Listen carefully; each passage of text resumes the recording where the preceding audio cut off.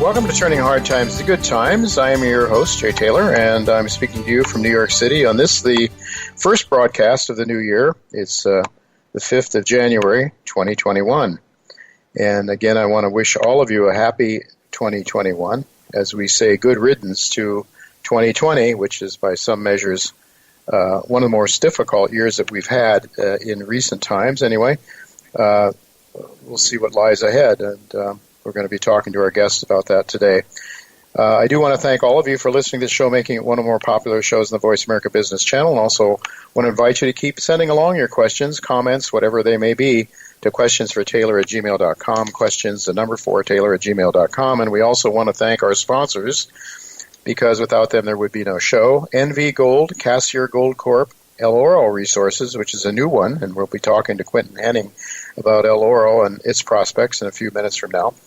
Hannon Metals, Irving Resources, Novo Resources, Sitka Gold Corp, Lion One Metals, and SK Mining Corp are the sponsors who make this show possible. I've titled today's show, Dealing with the New Great Depression. Jim Rickards, Dr. Quentin Henning, and Michael Oliver are with my guests today. Denial is a state of mind used to avoid dealing with reality. We Americans have refused to deal with the mathematical reality of systemic pathology of piling debt on top of debt, much of which is owed to foreigners. After each market crash, neurotic policymakers have applied the same unsuccessful remedies while somehow expecting a different outcome. America has abused its privilege of owning the world's reserve currency. While that has served to fund the military-industrial complex very well, it has not only left the United States as the largest debtor nation in history, but has transferred massive amounts of wealth from the middle class, which was once a very strong, prosperous, and productive group of people, to the filthy rich elite political and industrial class that are positioned closest to the Federal Reserve printing press.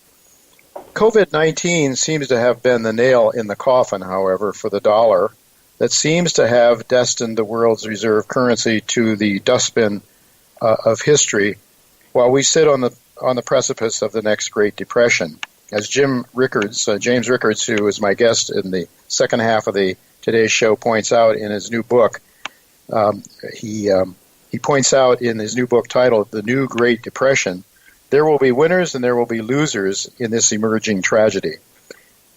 We will ask him how we might improve our prospects of joining the winners, and one way to turn these negatives into positives might very well be to pay attention to the company Dr. Quentin Henning is going to talk to us about. That's El Oro Resources, our most recent sponsor.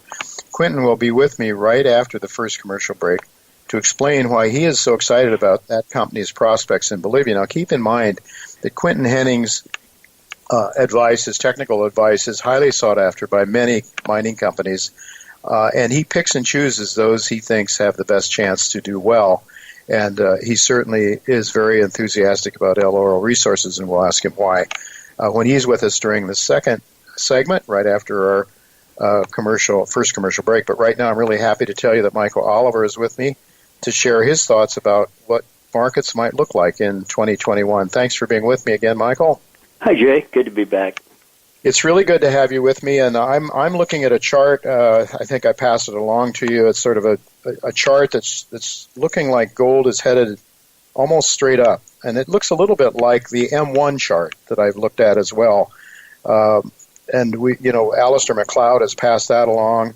Actually, the Federal Reserve in December, over a 2-week period, as Alistair pointed out, that the Fed was printing money at a clip of 14% in 2 weeks.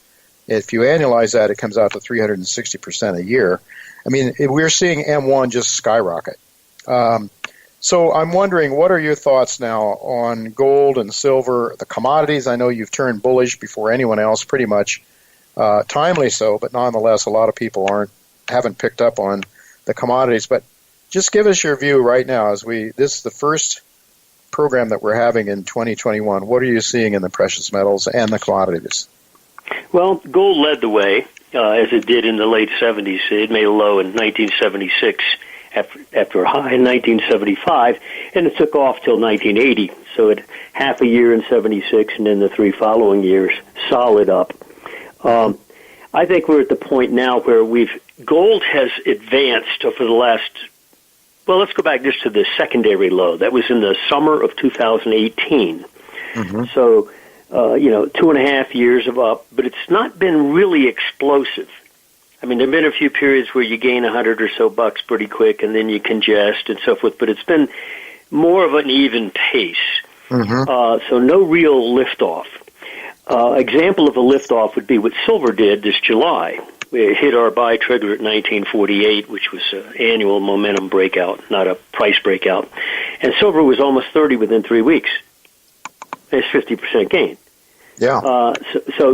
That's an explosion. Now, I expect at some point, probably soon, we're going to see gold do that. Mm-hmm. For gold, our target right now, our working target for this move is that sometime late 2021 or 22, gold sees something like $8,000 to $9,000 an ounce. Wow.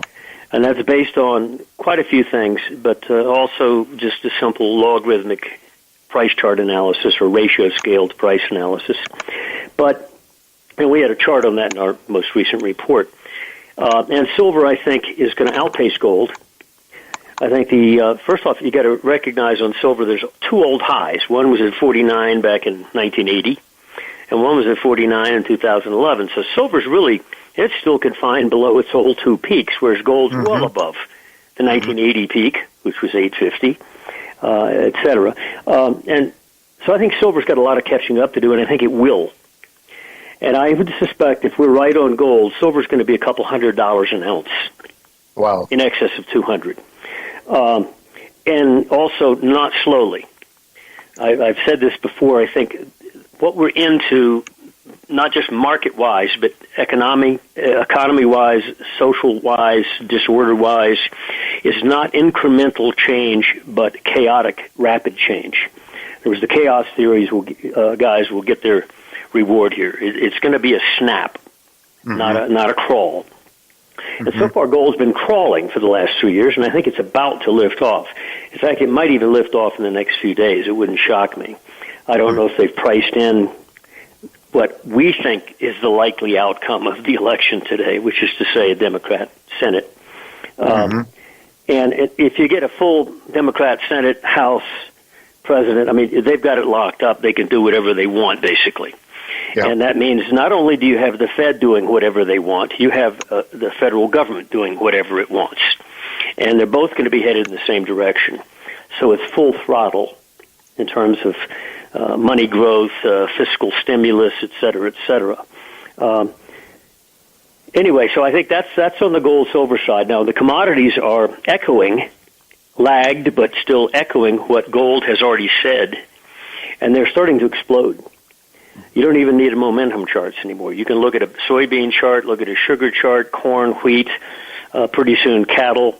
One of our favorite sectors, for example, is commodity-related, which is the oil sectors, which were beat off the page over the last few years. I mean, taken down to like 5% of their value, of their prior peaks.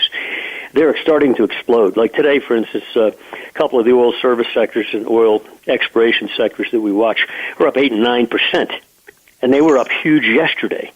And this is with a down stock market. Yeah, that's true. Down on the year, that is, still. Yeah. So I think the commodities in general, you can throw a dart, are joining in with gold, which is to say they're going to create the inflation. The Fed wants inflation, they're going to get it, but it ain't going to be 2%. And the problem is, if the stock market wobbles and folds over, which we think it likely will, you got to watch the NASDAQ 100 in that regard, not the S&P, they will not let off the throttle if the stock market starts to cave. They'll continue, in which case that money flow won't go into the stock market, it will go into the commodity market, which is exactly what happened in the late 70s.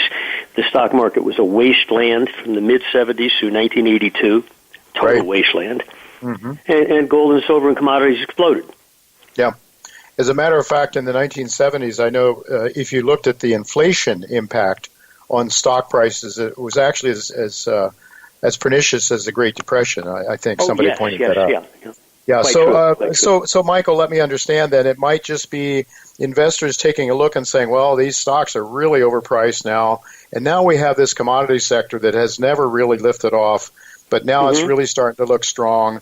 I can make a lot of money by selling my stocks and going to commodities. You think that's what's going on? I think that's already been I think that's been underway. I think some large asset managers, including non-gold type, Ray Dalio types, who recognize what's going on with the Fed and realize that, hey, don't fool yourself about your stock price. In fact, he said that.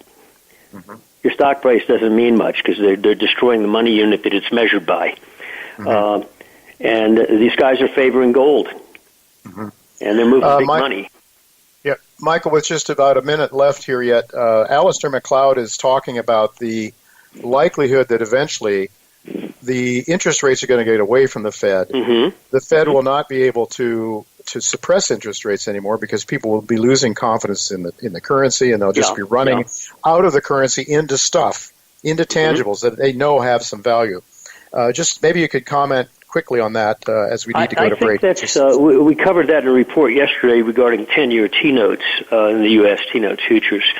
And I would also watch the JGBs, Japanese government bonds, and the German bonds in this regard. Those are all 10-year maturities as well.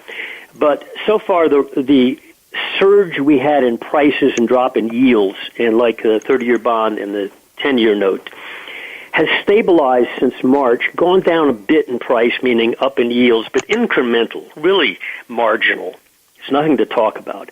Our look at the momentum and price charts of those markets suggests to us that there could be one more spike up in price, probably associated with a stock market drop. In other words, a flight to safety phenomenon. But it's brief. And I suspect that at some time in 2021, we're going to enter a bear market in U.S. government bonds and notes, meaning higher yields. And yes, it will be out of the control of the Fed.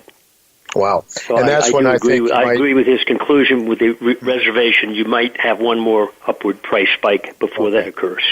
All right, very good. Well, you could really see how that could spook the markets and really get people to start to go for the real true money, gold and silver. So, all right, Michael, we'll have to leave it go at that. Thank you so much for your insights. Always very important to hear from you. And again, it's olivermsa.com, folks, to go to sign up for Michael's letter.